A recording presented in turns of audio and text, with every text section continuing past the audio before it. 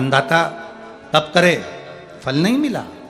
जब मानदाता को फल नहीं मिला तो मानदाता ने सोचा मैं तप करूं तो करूं क्या। देव ऋषि नारद का आगमन हुआ। देव ऋषि नारद ने कहा अगर तुम्हें तप करना और उसका फल चाहिए तो तुम काशी चले जाओ। मानधाता काशी गए, काशी में बैठकर तप करने लगे। केवल काशी में बैठकर उन्होंने तप करा तो कैसा करा, केवल एक बालू का शिवलिंग बना लेते थे और बालू का शिवलिंग बनाकर उसकी आराधना करते थे, उसकी पूजन करते थे। पूजन करते, गंगा का जल लाकर बालू के शिवलिंग पर डालते, उनको समर्पित करते। बस वो बालू के शिवलिंग की आराधना करते करते करते करते करते करते थोड़ा सा समय निकला। उनको नहीं मालूम कि एक शिवरात्रि निकल गई, दूसरी शिवरात्रि आई है। हर महीने शिवरात्रि आती है, प्रत्येक महीने शिवरात्रि पहुंचती है, प्रत्येक महीने आती है।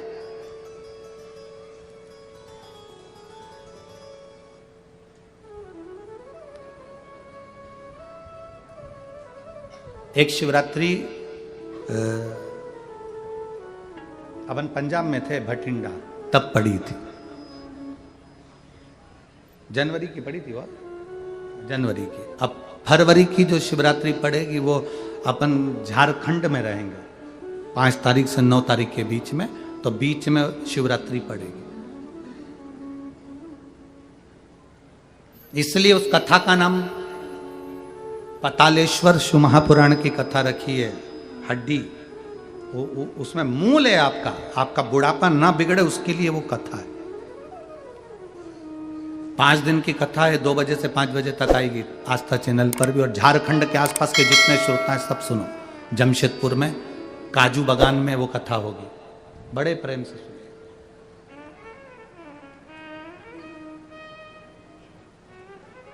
काजू बागान में तुम ये सोचकर मत आना कि काजू तोड़ के खा लेंगे।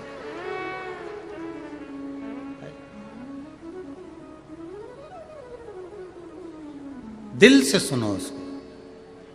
पतालेश्वर शिव महापुराण की कथा।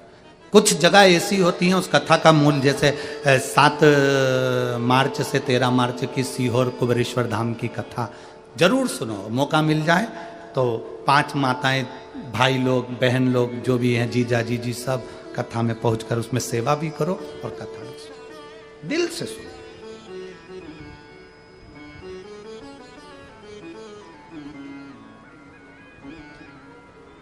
भगवान की भक्ति को धारण करिए। मानधाता ने बालू का शिवलिंग बनाया, पूजन करना प्रारंभ करी, गंगा जी का जल ले जाकर चढ़ा देते। अब कोई तप नहीं, कोई साधना नहीं, कोई नेत्र बंद कर नहीं बैठे, कोई तप साधना में नहीं बैठे, कोई घोर तप करने के लिए नहीं बैठे, केवल शंकर का शिवलिंग बनाया, पूजन करी। साल में एक दिन सावन के महीने में जो शिवरात्रि आती है, हम भी टीवी के माध्यम से, सोशल मीडिया के माध्यम से आप सबके घर में पार्थिव शिवलिंग का निर्माण करवाते हैं। उसका कारण केवल इतना है कि हम पूरी जिंदगी तप नहीं कर पाते, पूरे साल व्रत नहीं कर पाते, साधना नहीं कर पाते, तो कम से कम सावन के महीने की शिवरात्रि पर जब अपने घर में मिट्टी का शिवलिंग बनाकर पूजन करते हैं तो हमें तप और साधना का पूरा फल प्राप्त हो जाता है। करने वाले, विरोध करने वाले करते रहते हैं। शाम को तो व्रत ये वाला उपवास करना ही नहीं था, पूजन कराना ही नहीं थी, इसमें ऐसी पूजन करा दी, उसमें वैसी पूजन करा दी, ये गलत बोल दिया, ये सही बोल दिया, ये ऐसा कर दिया, काली मिर्ची चढ़वा दी तो ये चढ़वा दी। बोलने वाले बोलते रहेंगे। तुम अपना काम करो, पार्थिव शिवलिंग का निर्माण करो, पूजन करो, आराधना करो, विसर्जन करो। आग लगे बस्ती में, जम के बोलो जरा अपन रहो, क्या किसको रोइए, चादर तान के सो। अपने को मतलब नहीं कुछ भी कि अपन को सोचो।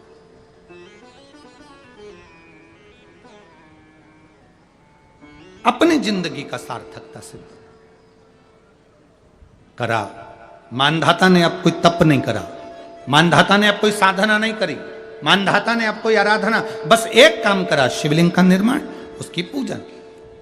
आपसे भी निवेदन करते हैं, समय मिला करें, हफ्ते 2 हफ्ते में गमले के अंदर ऐसी मिट्टी को उठा लो शिवलिंग जैसी, और जल चढ़ाकर पूजन करके वहीं विसर्जन कर दो। उसी गमले में, उसी मिट्टी को वहीं विसर्जन करो।